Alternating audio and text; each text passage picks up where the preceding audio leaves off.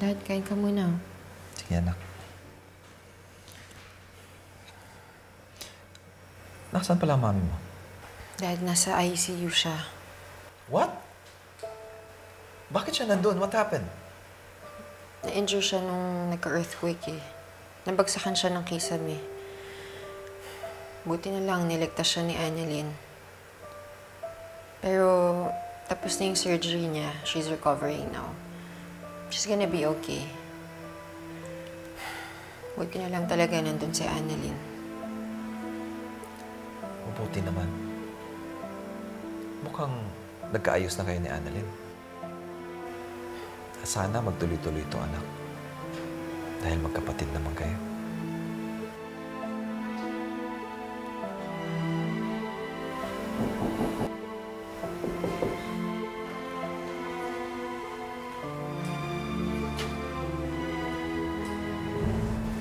Sige, Zoe. Babalik na lang ako. Tay.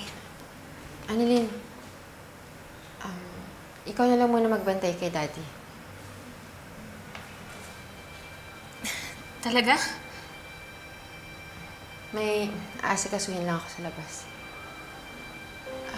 Dad, maiwan muna kita. Sige, anak.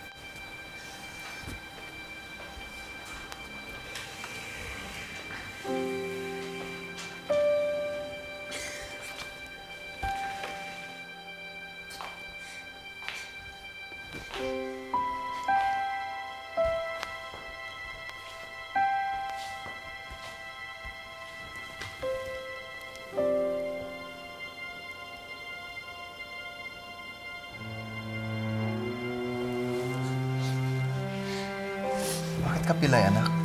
Anong nangyari sa'yo? Wala po. Medyo nabugsakan lang po ng bato ng dahil po sa lindol. Pero okay lang po ako. Ikaw po, kamusta ka po? Okay ka lang po ba? Sabi po ni Nanay, magkasama daw po kayo sa flower shop. Bibilhan sana kita ng bulaklak. Sayang hindi ko nabigay sa'yo.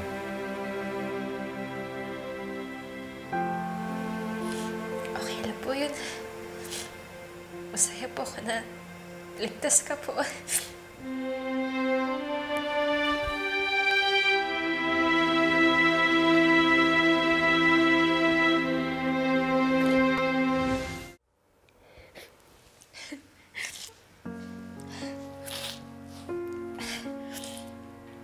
Sabi nga po pala ni Nanay, may naalala daw po kayo. Nak, may tanong ako sa'yo. Minahal ba ako ng nanay mo? Oo naman po, minahal po kayo ni Nanay. Ba't niyo naman po natanong? Kasi naalala ko na handa ko palang iiwan si Moira para sa nanay mo. Ibig sabihin nun, nagmahalan pala kami. Talagang complicated lang po kasi talaga yung naging love story niyo po, Tay. Pero, Tay, kung bibigyan ka po ng chance ulit, gusto mo po bang mahalin ulit si Nanay?